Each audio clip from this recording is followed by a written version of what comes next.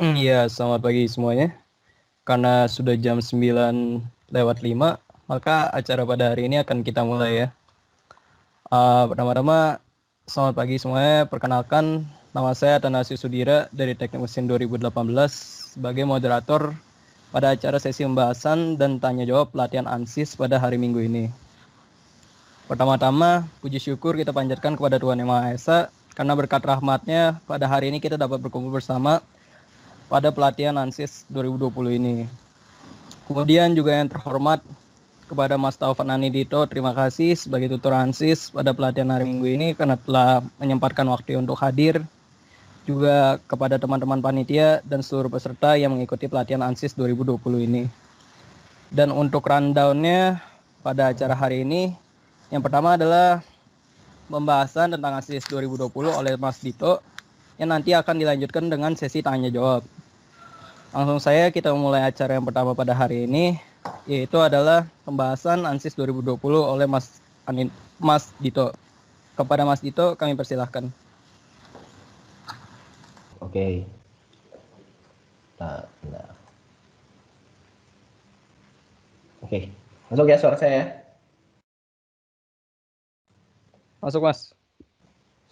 Selamat pagi semuanya. Sebelumnya kenalin lagi, nama aku Dito, Taufan Anindito Wicaksono dari Teknik Mesin Angkatan 2016. Teman-teman bisa panggil Dito. Kebetulan pada kesempatan kali ini kan mau lanjutin dari video. Sebenarnya saya mau tanya dulu ke teman-teman, dari video itu menurut teman-teman ada yang kurang atau ada yang masih dirasa sulit dilakukan nggak? Mungkin ada yang mau ngasih feedback dulu.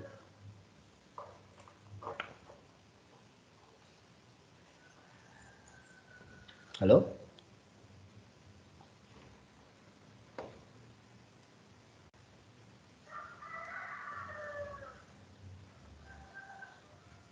Iya Mas. Ada yang mau ngasih feedback nggak? Misal videonya kurang apa? Biar nanti sebelum saya sebenarnya pengen ngasih sedikit apa ya, tambahan lah untuk materi kali ini. Cuma saya pengen tahu dulu dari teman-teman kemarin ada yang masih kurang dimengerti atau enggak. Soalnya kalau yang di situ aja masih kurang ngerti, nanti nggak bisa lanjut gitu. Pembahasannya jadi lebih baik membahas itu lagi. Iya Mas, sebelumnya Mas perkenalkan. Halo. Iya lanjut. Oh Halo ya, halo. saya Abdu Baidriat Mamas dari Teknik Mesin 2018. Jadi terkadang tuh kami karena beda versi itu Mas, jadi ada tampilan yang toolbarnya itu tidak muncul tuh Mas. Jadi kayak kami kesulitan mencari toolbarnya kadang-kadang sih Mas. Dan juga ada Oh, juga kadang-kadang karena kami gagal, ada yang salah penginstalan atau bagaimana, akhirnya ada kayak view yang nggak muncul gitu Mas. Jadi kami agak kesusahan sih Mas. oh, kalau itu berarti masalah di ininya ya, apa interface ya? Iya Mas, karena beda Kalau interface Mas. kalau permasalahannya di interface, mending teman-teman langsung cari aja ANSYS Guide di versinya masing-masing.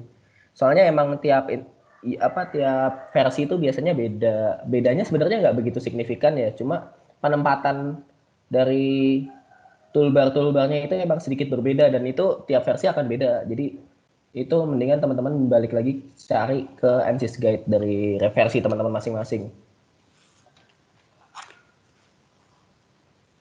Tapi pada dasarnya nggak ada toolbar yang dihilangkan kok tiap upgrade versi itu. Soalnya nggak mungkin toolnya dihilangkan. Yang ada malah toolnya ditambah di versi-versi selanjutnya. Oh iya, baik Mas. Tapi kemarin running udah jadi selesai, bisa. Halo Abduh, Sudah Mas. bisa keluar hasilnya sesuai dengan yang saya tampilkan di video? Bisa Mas. Cuma kadang-kadang gini Mas, semisal dari yang video tutorialnya itu klik 2 kali, nah itu kadang-kadang juga kita default-nya itu juga berbeda Mas. Jadi nggak klik 2 kali, tapi harus klik kanan terus open up. Oh, Nah jadinya agak sedikit penyesuaian sih Mas. oh ya, tapi secara fundamental tidak ada yang sulit ya, Tidak ada cukup Mas. paham ya.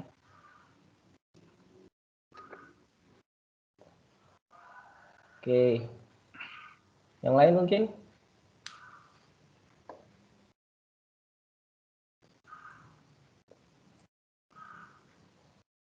Halo Musa.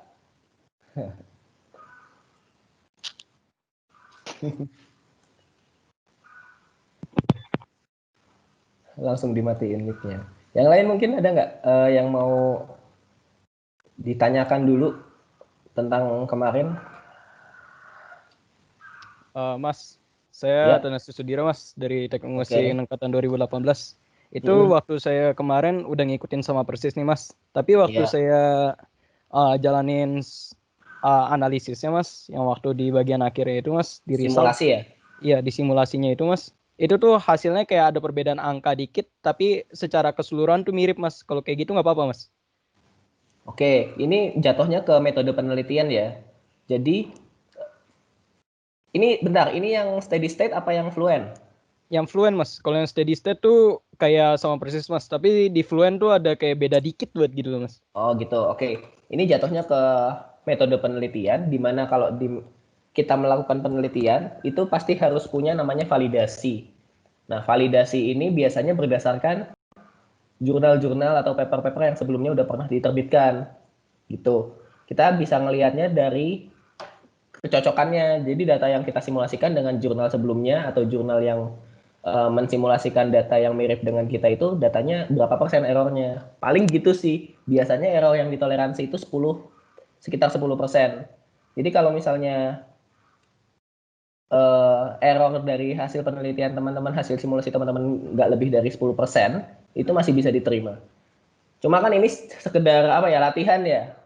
Kalau latihan beda-beda gitu mungkin nggak masalah. Cuma nanti kalau misalnya teman-teman melakukan penelitian dengan ANSYS Fluent atau ANSYS apapun lah, simulasi komputasi apapun, itu teman-teman harus pastikan data tervalidasi dengan baik gitu. Oh, oke Paham ya? Mas. Paham Mas. Oke.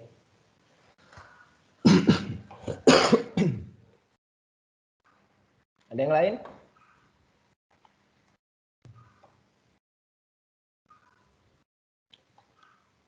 Oke, kalau nggak ada mungkin kita ini ya, aku pengen nambahin sedikit.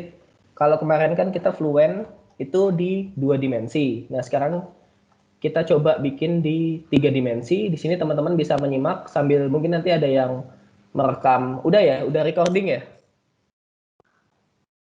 Sudah direcord Mas. Oke, udah di record. Nanti teman-teman bisa lihat recordnya. Pengen sharing lagi dikit. Kalau fluent di 3 dimensi itu gimana? Baru nanti kita tanya jawab lagi ya. Sebentar lagi akan saya share screen, teman-teman bisa simak.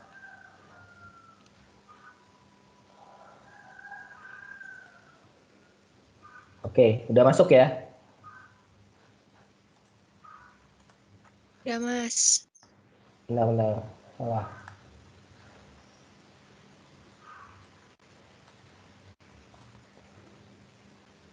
Oke. Karena kemarin geometrinya 2 dimensi, sekarang kita belajar lagi fluent tapi untuk 3 dimensi. Pada dasarnya tidak ada perbedaan yang signifikan, hanya nanti perbedaannya ada di meshing dan di geometrinya tentunya, dan proses meshing dan juga penamaan bagian-bagiannya. Kalau kemarin kan simple cuma 2 dimensi, kita cuma tinggal pasang inlet, outlet, terus top wall sama bottom wall, gitu kan. Kalau dan itu digaris posisinya di edge-nya. Sedangkan kalau ini nanti kita akan memberi penamaannya di surface. Kita langsung aja ya. Ini masih sama. Kita klik geometri. Kita buka dulu geometrinya. Tadi ada yang bilang klik kanan atau klik 2 kali, sebenarnya itu tidak begitu berpengaruh. Klik kanan juga bisa, terus klik New Design Modeler Geometry.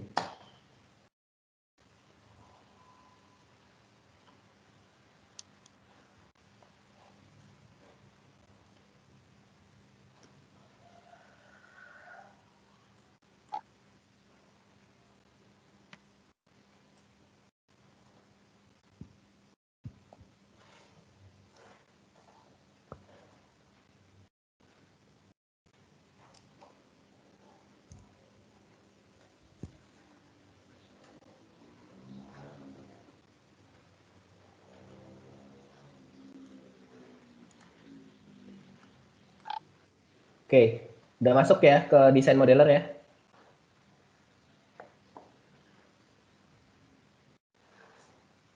kalau kemarin kita bikin cuma 2 dimensi, kita di sini bisa bikin di 3 dimensi dengan fitur create ini. Ada extrude, revolve, sweep, skin loft, itu kayak di SolidWorks juga. Cuma kalau di sini mungkin interface-nya kurang begitu nyaman ya, karena berbeda dengan yang biasa kita lakukan dan juga fiturnya nggak selengkap SolidWorks.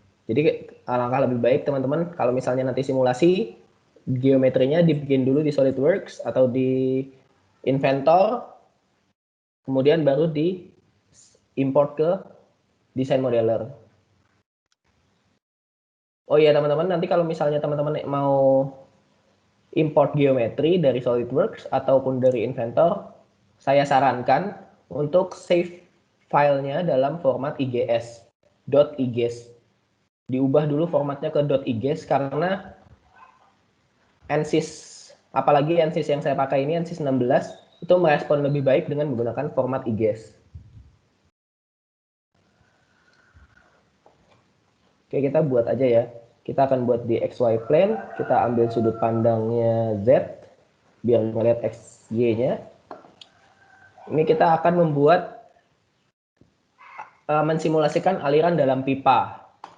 Berarti kita ke sketching dulu, terus buat lingkaran, circle, ambil dari titik tengah aja.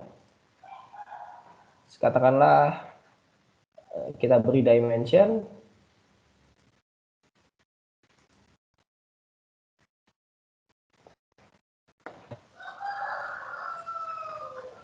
nah, dari sini teman-teman bisa langsung create, extrude. Panjangnya di sini, depth. Katakanlah panjangnya 2 meter. Atau jangan ding 10 meter lah ya, biar lebih seru. Udah, tinggal generate.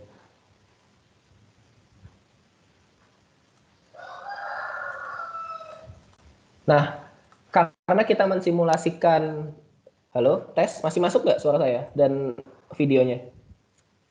Masih Mas. Masih Mas. Oke. Oke, karena kita akan mensimulasikan aliran fluida dalam pipa, maka kita menganggap bahwa silinder ini adalah silinder bagian dalam pipa, yang mana akan dialiri oleh air. Oleh karenanya, kita mengubah material atau mengubah jenis silinder ini dari silinder solid menjadi silinder fluid gitu. Kebayang nggak teman-teman logikanya? Jadi bayangkan bahwa silinder ini adalah bagian dalam pipa yang akan dialiri oleh air. Kita generate lagi, sudah, kita bisa selesai, terus keluar.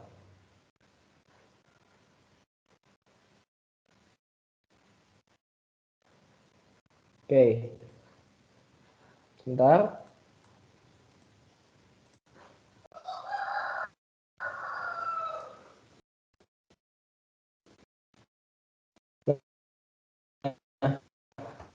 Pastikan geometrinya sudah diberi centang hijau.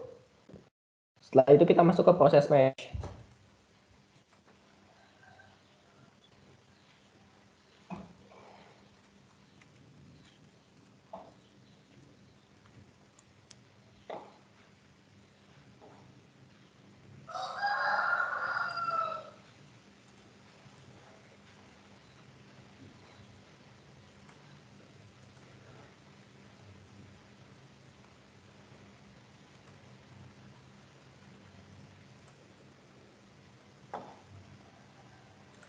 Nah, masuk ya ke meshing, masuk ya.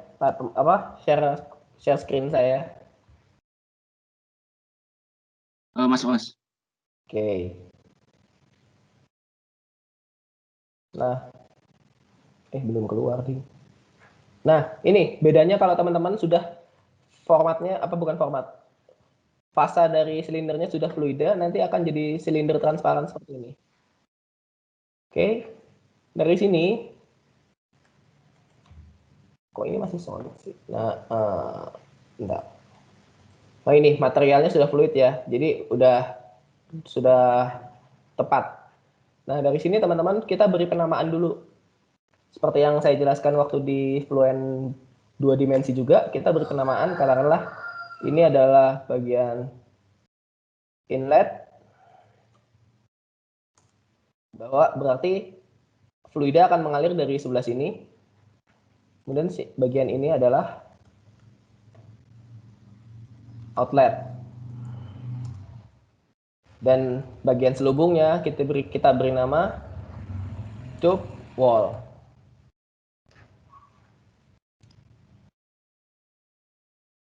Kita langsung ke proses meshing, kita generate mesh-nya. Nah, di sini teman-teman bisa lihat bahwa mesh-nya masih kotak-kotak gini. Teman-teman bisa mengubah jenis meshing-nya, mulai dari size-nya, di sini teman-teman bisa ubah. Untuk mendapatkan hasil meshing yang lebih halus, relevant center-nya teman-teman bisa ubah dari coarse jadi fine. Begitu juga smoothing-nya bisa dijadikan high. Ini untuk meningkatkan kualitas dari meshing. Dan min size, max face size, dan max size-nya bisa teman-teman ubah sendiri. Angka-angkanya.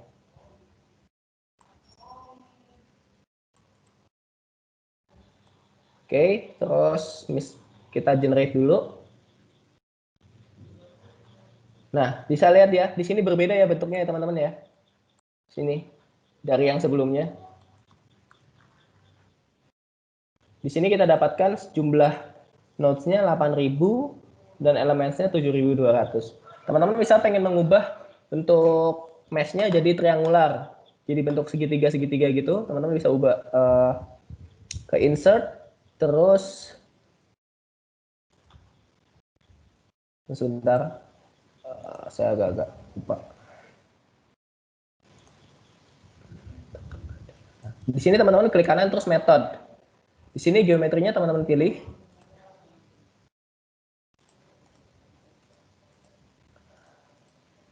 Oh, benar. Nah, metodenya ubah bisa. Nah, di sini ada tetrahedron, hex dominan. Coba kita ubah ke tetrahedron, kita lihat perubahannya jadi seperti apa. Nah, jadinya seperti ini. Ini akan menghasilkan jumlah mesh yang lebih banyak. Jumlah elemennya jadi 18.000. Untuk melihat kualitasnya, teman-teman bisa lihat di mesh matrix, drop down, kita lihat skewness-nya. Skewness yang baik rata-ratanya itu di bawah 0,5, di bawah 0,4 dan 0,5. Jadi ini average-nya sudah cukup baik dan maksimumnya juga sudah di bawah 0,8, itu menurut saya sudah cukup untuk mendapatkan hasil simulasi yang akurat. Udah, kita selesai dengan proses meshing. Kita close lagi. Kita save dulu.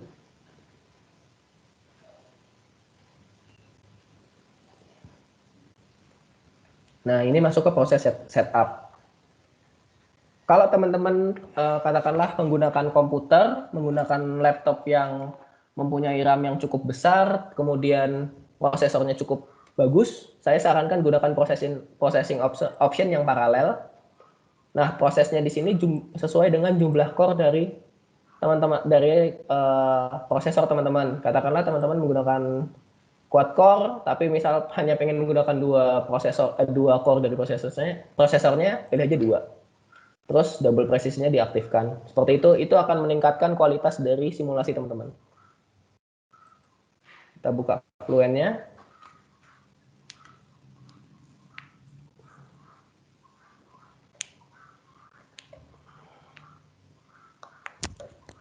Tapi kalau misalnya laptop teman-teman kurang mendukung, serial aja udah cukup kok untuk simulasi-simulasi ringan. Seperti yang kita lakukan sekarang.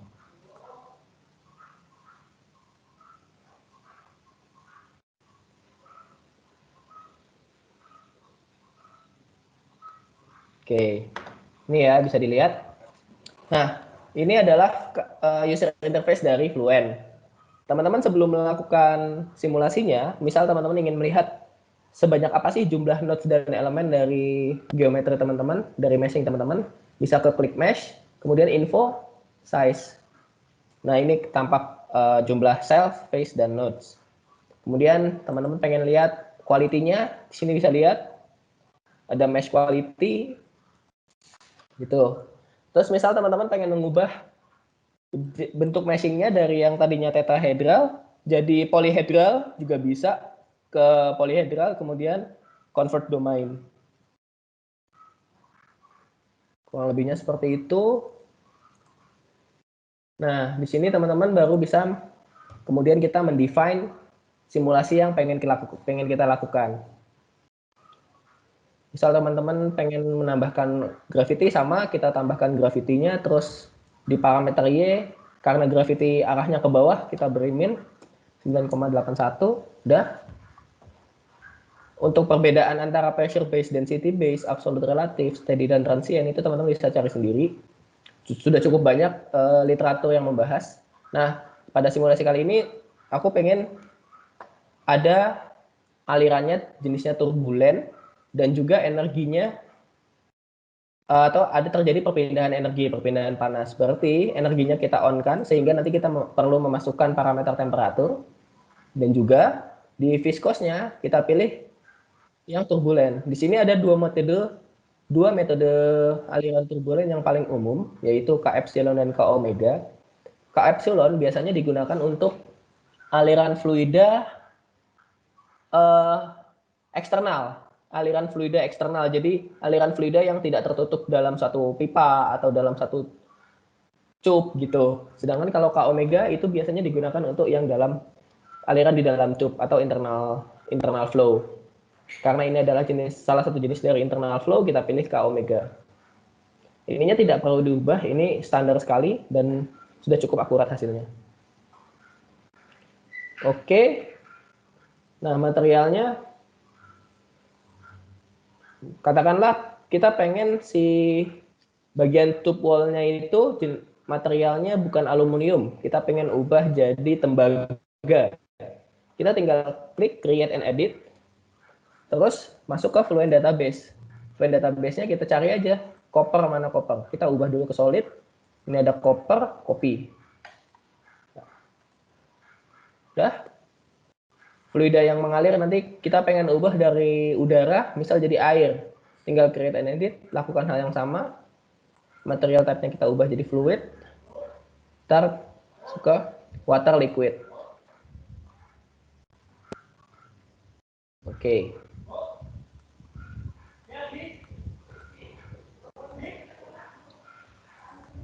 Cell zone condition-nya ini kita ubah materialnya, si material yang mengalir dalam pipa dari air jadi water liquid.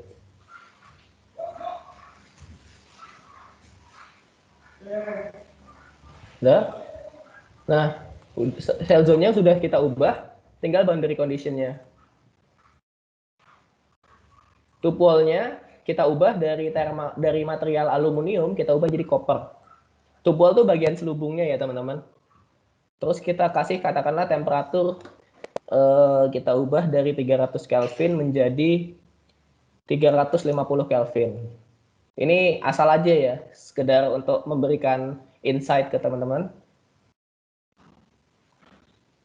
Momentumnya kita biarkan sedemikian. Kemudian untuk inlet, nah di inlet ini teman-teman bisa memasukkan velocity magnitude atau kecepatan aliran masuk. Katakanlah teman-teman pengen masukin alirannya 0,2 meter per second.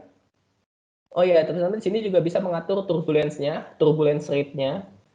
Ini ada rumus-rumusnya, teman-teman bisa search sendiri. Biasanya yang digunakan itu intensity and hydraulic diameter atau intensity and viscosity ratio. Tapi kalau untuk simulasi kali ini kita cukup menggunakan yang default aja. Thermalnya ini kita berarti aliran air ya saat memasuki pipa. Aliran air saat memasuki pipa katakanlah di suhu 20 derajat Celcius, berarti sekitar 293 Kelvin. Interior solid ini biarkan, dan outlet juga dibiarkan default. Ini dibiarkan saja. Dynamic mesh ini cukup advance. Untuk simulasi kali ini tidak begitu diperlukan. Kemudian untuk reference value-nya biasanya kita menggunakan dari compute form-nya inlet. Reference zones-nya kita gunakan solid bagian pipanya ya. Ini masih dinamai solid, saya lupa mengganti namanya. solution methodnya sama seperti yang saya jelaskan di video. Second order itu untuk pressure, momentum, dan energi. Sedangkan first order untuk turbulent kinetic energy, specific dissipation rate. Ini sebenarnya bisa kita ubah juga jadi second order upwind untuk turbulent kinetic energy dan specific dissipation rate, tapi nanti efeknya simulasinya akan menjadi lebih lama. Solution controlnya default aja, karena simulasinya juga bukan simulasi yang advance. Nah, kita inisialisasi. Inisialisasi ini bisa dibilang adalah mengawali simulasi. Jadi karena simulasi ini adalah iterasi, teman-teman mungkin udah paham iterasi dari metode numerik. Nah, iterasi ini membutuhkan angka awal atau tebakan angka pertama. Nah, tebakan angka pertama ini bisa didapat di solution initialization. Teman-teman bisa menggunakan dua metode, baik hybrid maupun standar. Kalau standar, teman-teman harus memasukkan parameter awalnya. Biasanya yang kita gunakan parameter awalnya inlet. Terus kita langsung initialize. Kalau sudah selesai, memang tidak ada tandanya kalau yang standar initialization, initialize saja cukup. Nanti ketika loadingnya sudah selesai, cukup, langsung kita run. Kita katakanlah ingin melakukan iterasi di 150 iterasi dulu. Oh iya, saya lupa. Kita bisa ubah dulu ininya ya. Oh, bukan. Monitornya kita ubah konvergensinya. Konvergensi kriterianya bisa kita ubah. Saya pengen di sini 1E-05 untuk continuity, X velocity, Y velocity, Z velocity, dan untuk energi 1E-08. 1E-08 ini artinya 10 pangkat min 8 ya teman-teman. Begitu pula untuk K dan omeganya 1E-05. Semakin kecil nilai kriteria konvergensi, hasilnya akan semakin mendekati dengan hasil eksperimen. Kemudian kita langsung aja calculate. Nah, ini proses iterasi seperti ini teman-teman. Dilihat ya, angkanya akan selalu turun sampai nanti ketika semua parameternya sudah mencapai kriteria konvergensi, baru simulasinya selesai. Nah, ini calculation complete, tapi angkanya belum masuk ke kriteria konvergensi. Teman-teman bisa langsung aja calculate lagi. Sesuai jumlah iterasi yang teman-teman set di awal. Teman-teman set number of iteration-nya langsung 1000 juga nggak ada masalah.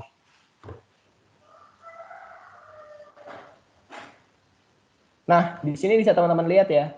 Ini mulai nggak jelas nih, dia si nilai continuity-nya naik turun, nggak mau turun sampai 1 pangkat min 5, 10 pangkat min 5. Teman-teman bisa langsung mengontrolnya dengan menurunkan momentum, menurunkan nilai momentum di under relaxation factor. Ini salah satu trik. Jadi teman-teman bisa ubah sedikit-sedikit aja, sekitar 0,01 atau 0,02. Di sini udah. Oh iya, kalau yang tidak bisa turun atau yang angkanya stabil itu di continuity, X velocity, Y velocity, atau Z velocity, teman-teman bisa menurunkan nilai momentum. Sedangkan kalau yang tidak bisa turun itu adalah nilai energi, teman-teman bisa menurunkan nilai under relaxation faktornya energi. Kalau misalnya yang tidak mau turun itu K dan omega, teman-teman bisa menurunkan faktor under relaxation factor di turbulent kinetic energy dan specific dissipation rate. Seperti itu. Jadi teman-teman lihat dulu yang nggak bisa turun yang mana, baru under relaxation factor yang diturunkan yang terkait gitu. Kita langsung run calculation aja. Ini oke kan saja. Nanti nilainya biasanya akan turun. Kalau tetap tidak mau turun, lakukan proses yang sama. Sampai nanti angkanya dapat. Ini kan masih nggak mau turun tuh. Kita langsung turunin lagi aja.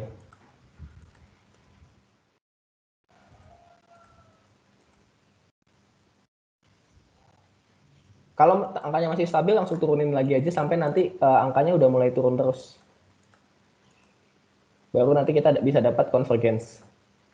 Kayak gini, ini salah satu trik untuk mendapatkan konvergensi, dan ini cara yang aman kalau menurunkannya pelan-pelan. Jadi nggak bisa langsung kita turunin 0,5 gitu, tidak bisa. Harus pelan-pelan. Karena kalau misalnya tidak pelan-pelan, nanti hasilnya jadi tidak stabil.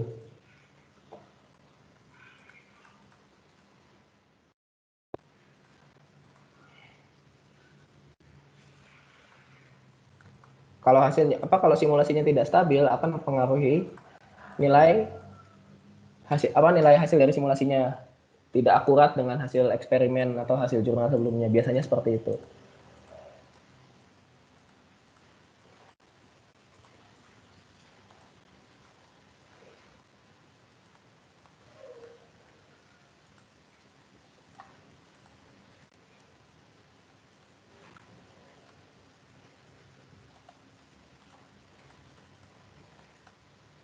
Diturunkan aja terus nggak masalah kok. Saya untuk di tugas akhir saya menurunkan nilai momentum itu sampai 0,05, dan itu sah, itu tidak masalah.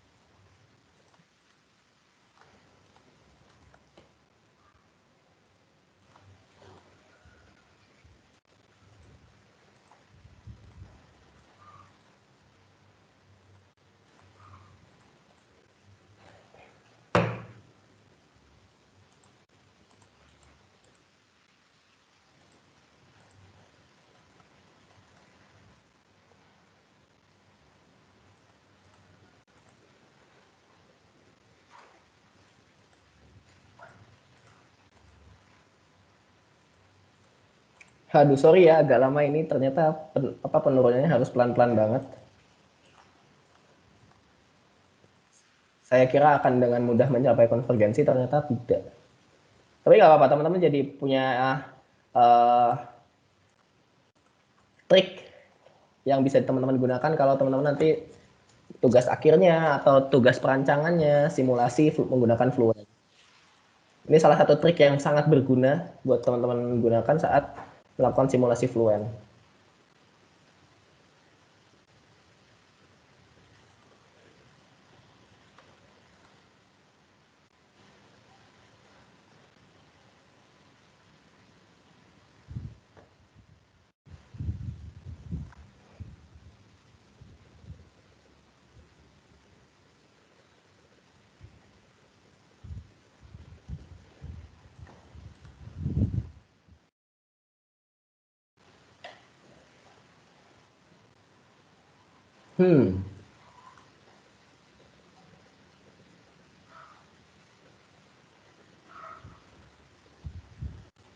Ternyata tidak mudah.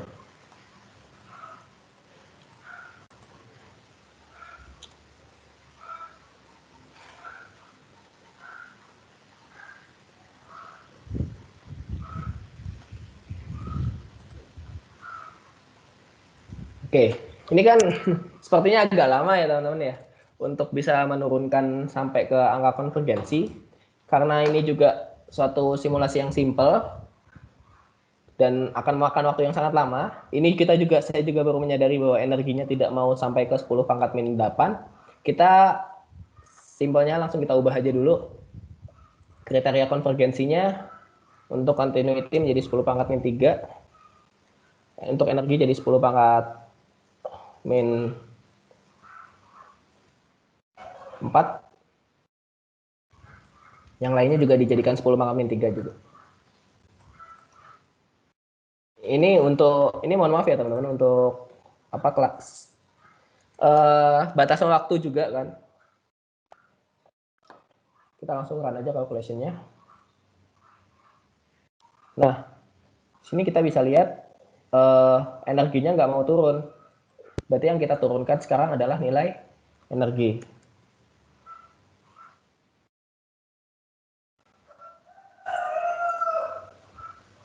Nah, oke. Ini solution convert di iterasi ke 1200.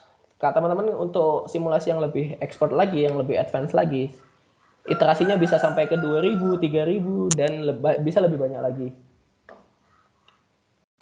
Oke, kita sudah selesai dengan simulasinya. Kita langsung lihat hasilnya. Kita save dulu. Udah. Kita close.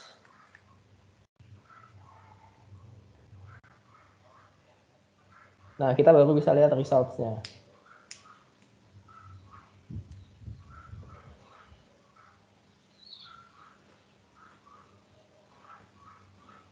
Nah, kita bisa lihat, teman-teman misal ingin mengetahui nilai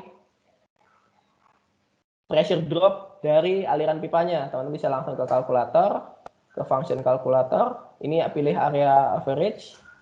Untuk location kita lihat dulu di inlet berapa. Kita dapat 3,67 Pascal. Kemudian yang di outlet berapa? Outlet biasanya 0. Berarti terjadi delta P atau pressure drop sebesar 3,67 Pascal. Seperti itu.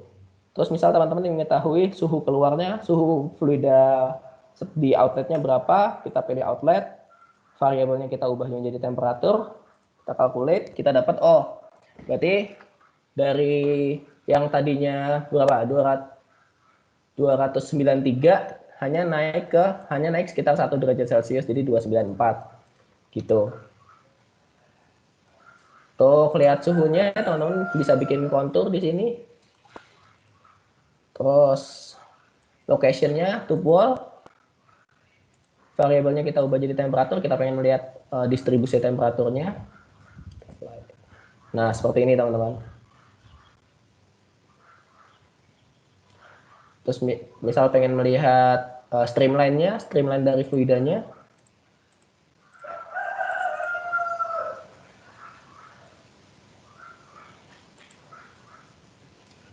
Variabelnya velocity. Nah, ini teman-teman bisa lihat seperti ini aliran fluidanya. Ya gitu.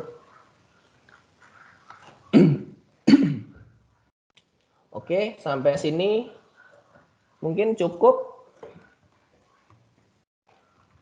Cukup dari saya. Ada yang mau ditanyakan?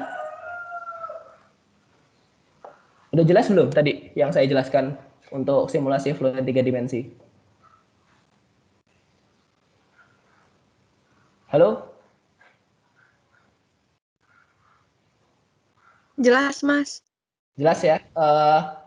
Nanti teman-teman bisa ikutin dari rekaman atau mungkin tadi ada yang langsung ngikutin prosesnya juga bagus. Tidak. Jelas ya? Ada yang mau didiskusikan nggak? Dari saya cuma nih aja sih, Mas, kayak kemarin beda version aja kayaknya, Mas, untuk ansisnya. Jadi kayak untuk sizingnya itu apa ya? Kan kalau itu kayak maksimum size terus minimum size. Kalau di saya itu kayak beda gitu, Mas, keterangannya. Jadi belum saya lanjutin lagi untuk yang video pertama itu, Mas. Oh ya, tapi secara umum, secara fundamental udah cukup dimengerti ya. Itu kan cuma masalah di meshing. Kalau di masalah di meshing itu, biasanya teman-teman langsung bisa korek-korek sendiri dari ANSYS Guide. Atau juga dari, apa ya, teman-teman kan bisa lihat di situ kata-kata, apa, keterangannya kan. Kalau di saya ada min size, max size, sama max face size. Kalau mungkin dari teman yang lain, apa keterangannya lain, ya teman-teman bisa artikan sendiri dan nanti teman-teman langsung coba aja, bisa dilihat perubahannya di mana sih gitu. Ya, Mas. Makasih ya, Mas. Oke, ada yang mau didiskusikan lagi nggak?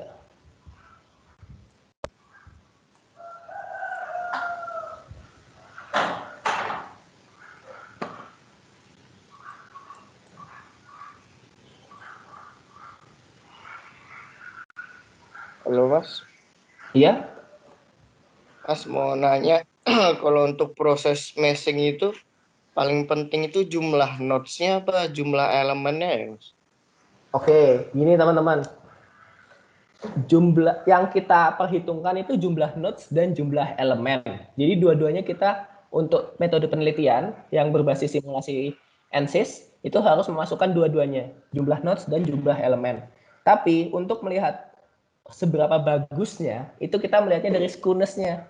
Yang tadi saya sudah jelaskan itu loh, skewness. Tahu kan tadi yang udah saya tunjukin? Melihat kualitas Iya, Mas. dari mesh-nya. Nah, dari situ, dari skewness ini bentar saya buka. Skewness-nya itu harus rata-ratanya sepanjang yang saya baca harus di bawah 0,4 sampai 0,5. Kalau bukan rata-ratanya, minimum size bukan. Ya maksimum size, sorry. Maksimum size-nya harus di bawah 0,4 dan sekitar 0,4 dan 0,5. Untuk average-nya ding, sorry. Aduh ya Allah, sorry nggak fokus. Jadi untuk maksimumnya, kalau bisa di bawah 0,8. Untuk average-nya, semakin kecil semakin baik. Gitu ya. Oke, Ini Mas. Makasih, Mas. bentar, saya share screen aja deh biar jelas. Tadi saya nggak jelas banget omongannya, sorry. Nah, nih. Udah muncul? Udah, Mas. Max size-nya kalau bisa di bawah 0,8. Jadi dia menandakan maksimum size dari meshing. Seberapa besar meshing itu ukuran maksimalnya. Sedangkan kalau average-nya kata-katanya. Kalau bisa average-nya semakin kecil semakin baik. Gitu. Jadi yang menentukan kualitasnya itu bukan nodes dan elemen, tapi skewness-nya. Gitu. Cuma semakin banyak nodes dan elemen, itu teman-teman akan semakin lama si iterasinya, proses iterasinya.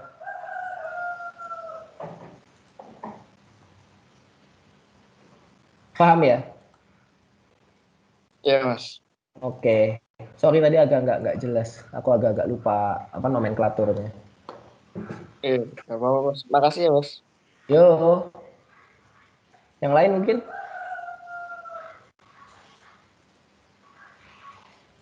Permisi Mas, mau nanya. Permisi Mas. Iya, satu-satu. Siapa dulu? Monggo tadi yang perempuan dulu. Kamu Siapa Oke. tadi? Oh, Mas, Hasna mau ya? nanya. Ya, Ya. aku. Nah, tadi yang untuk menentukan kualitasnya kan berarti ngelihat dari maksimum size sama average-nya. Maksimum Ya. size yang bagus itu di bawah 0,8 dan Ya. average itu semakin kecil semakin bagus. Nah, Ya. yang average itu kita nilai semakin kecilnya tuh ukurannya kayak gimana, Mas? Terus kalau misalnya maksimum size-nya di atas 0,8, itu kan berarti nggak bagus tau kualitasnya. Nah, itu yang harus diubah apanya? Supaya di bawah 0,8. Bentar.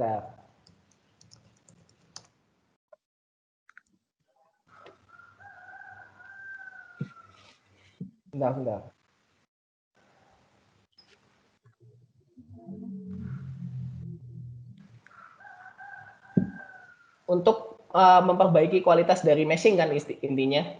Iya, Mas. Nah, untuk memperbaiki kualitas dari meshing, salah satu cara yang paling simple itu biasanya kita pakai refinement. Refinement ini cara paling apa ya, bisa dibilang paling cepat lah untuk memperbaiki mesh biasanya gitu. Dia memperhalus titik-titik nodal dari mesh.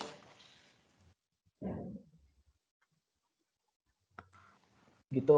Biasanya jadi lebih banyak gini. Apa? Refinement tadi pencet apa? Itu di refinement klik kanan insert terus refinement. Oh, Gitu. klik kanan di mesh-nya. Iya, di mesh-nya klik kanan insert refinement. Atau kalau di refinement malah semakin membesar, kayak ini kasusnya refinement malah membesar nih. Ya kan? Iya. Kita juga bisa masuk ke sizing. Insert, sizing, terus ininya kita masukin sendiri lokal minimum size-nya berapa, elemen size-nya berapa. Kita masukin sendiri aja. Sampai kita dapetin kualitas mesh yang sesuai. Untuk menentukan sizingnya berapa, kita lihat dulu sizing di sini berapa. Kita lihat, oh ini max face size-nya 0,147. Berarti kalau kita mau sizing sendiri bukan harus ya. Kalau bisa lebih kecil dari ini defaultnya. Max size-nya juga harus lebih kecil dari ini gitu. Mudah nggak? Oh, berarti untuk masukin yang tadi face sizing harus ngelihat di sizingnya dulu ya, Mas? Iya nggak sih? Iya, Jadi iya misalnya benar-benar. sizingnya 0,147, berarti yang tadi yang sizing itu ngisinya di bawah 0,147, misalnya 0,145 gitu. Iya, betul. Gitu ya. Itu trik sih sebenarnya. Cuma Oke. setiap kasus akan berbeda. Udah nggak? Setiap kasus pendekatannya akan berbeda. Jadi teman-teman kalau udah punya kasusnya nih, teman-teman kulik sendiri aja. Beberapa fiturnya banyak banget. Teman-teman tinggal tentukan fitur yang mana yang kira-kira paling cocok. Oke, Mas. Oke ya. Iya, Mas. Makasih, Mas. Yo, ada yang mau ditanyakan lagi? Permisi Mas, Ya. ya saya Ini Surya siapa Mas. nih? Mau nanya untuk yang Oke. Surya Mas, Ya, untuk nilai-nilai yang di gimana? reference values kan ada beberapa variabel tuh kayak area, length, dan lain-lain. Nah itu tuh maksudnya gimana ya Mas? Apa tidak perlu diubah? Apa tidak berpengaruh Mas? Sebentar. Kita masuk ke reference value ya. Saya buka dulu reference value.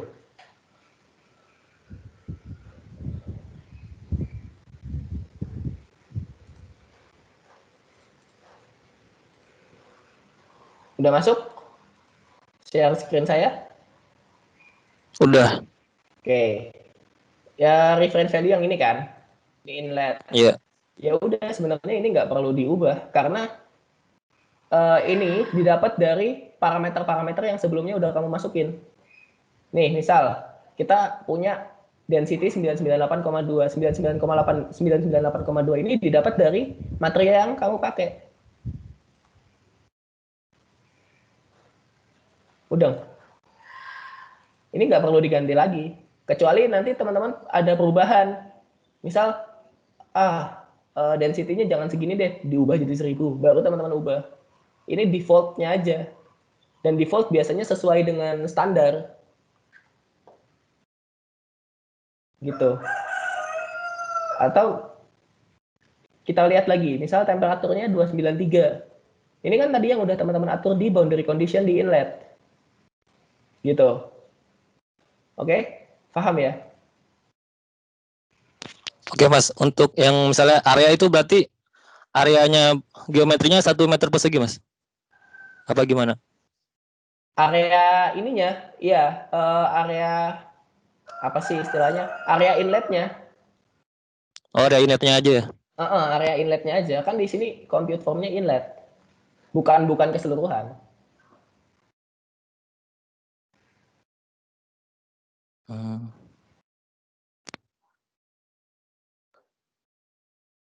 Ada yang mau kurang jelas? Berarti untuk panjangnya 1 meter itu inletnya juga ya Mas, area inletnya? Maksudnya yang mana? Oh, lengthnya. Ah, Nah, oke. Iya juga ya. Kenapa lengthnya 1 meter ya?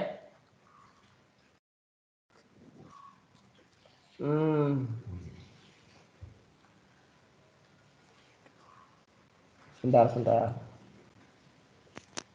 Oh iya ya, kan kita tadi setting panjangnya 2 meter ya, bener ya? Berarti ini bisa kita iya ubah Mas. juga nih. Aduh, maaf saya ke skip miss saya di sini. Ini lengthnya bisa kita ubah jadi 2 meter.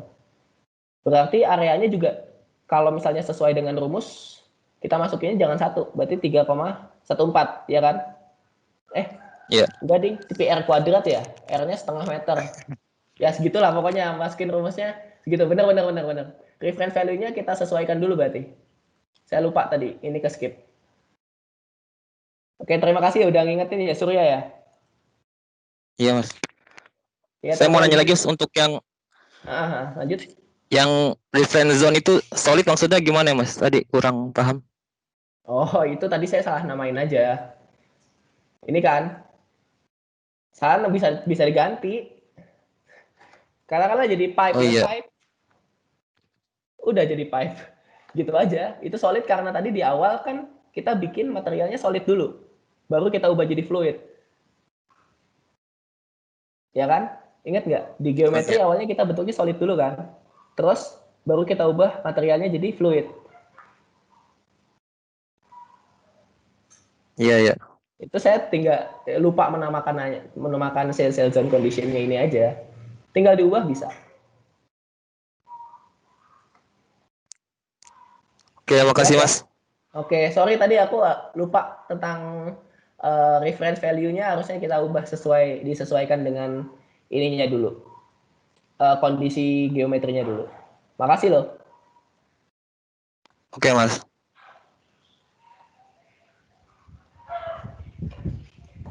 Ada yang mau ditambahkan atau ditanyakan lagi?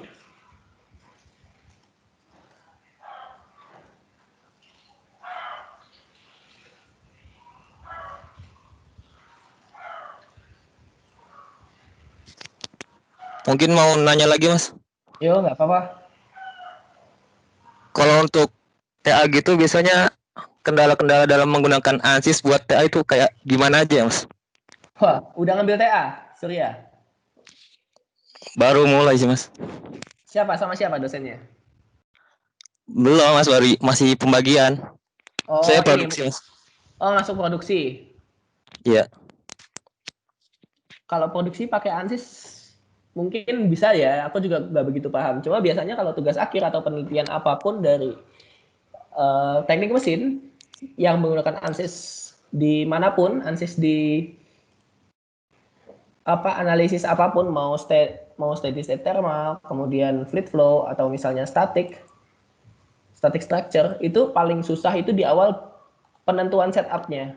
Kalau ini kan gampang ya, boundary conditionnya kita bisa masukin sendiri gitu, simulasinya simple.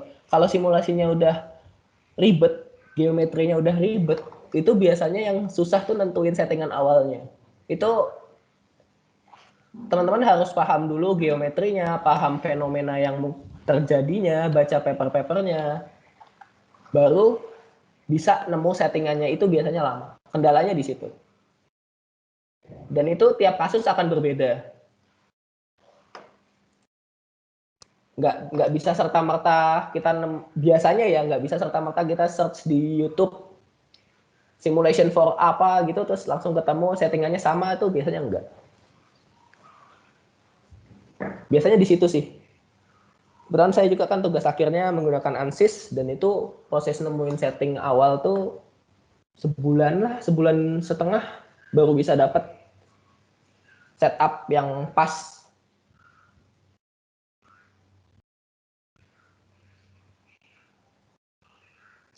Oke, makasih, Mas. Yo. Ada yang kurang jelas, teman-teman?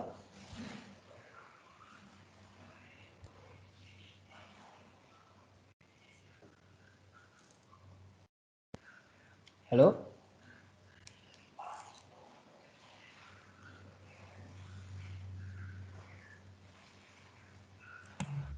Misi Mas mau nanya lagi.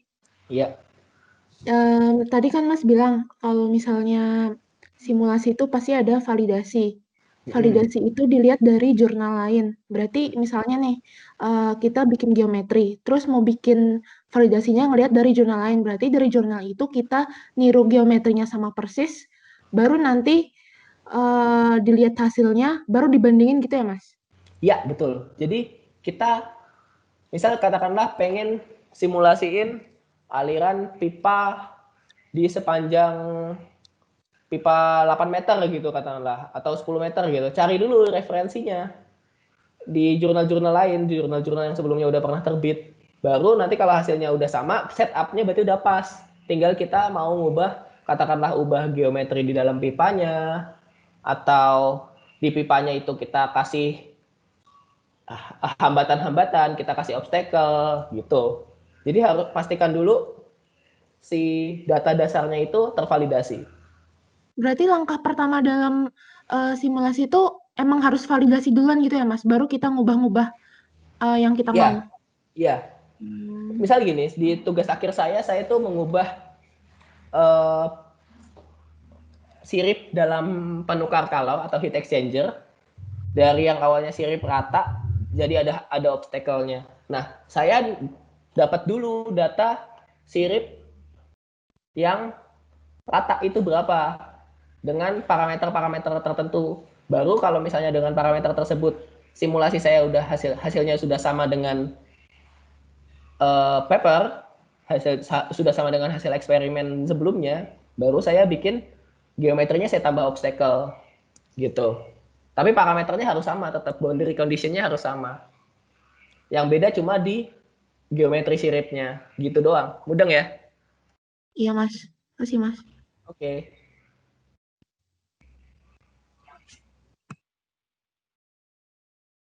Ada yang masih belum jelas?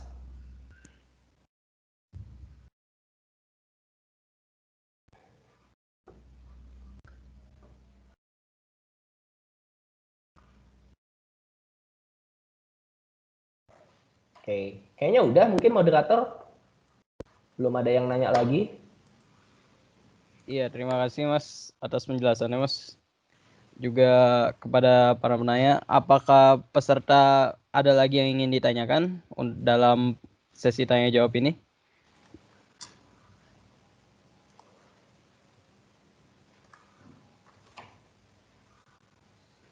Bila sudah tidak ada pertanyaan, maka sebelum mengakhiri dari acara hari ini, saya ingin mengingatkan untuk para peserta bahwa pengumpulan tugas jangan lupa terakhir itu besok hari Senin tanggal 28 September 2020.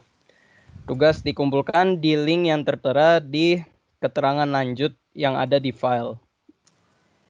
Dan sebelum peserta juga meninggalkan meeting sini, jangan lupa untuk mengisi kuesioner yang telah dikirimkan di chat pelatihan ANSYS 2020 ini.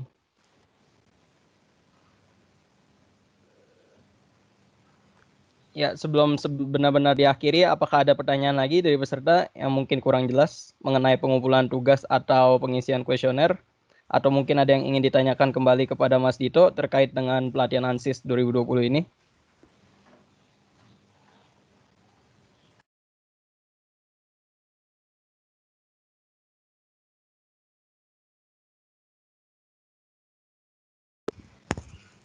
Mungkin nanti kalau misalnya dari sini belum kepikiran untuk nanya terus tahu-tahu pengen nanya, bisa PC ya. Nanti minta kontak lainnya ke panitia aja.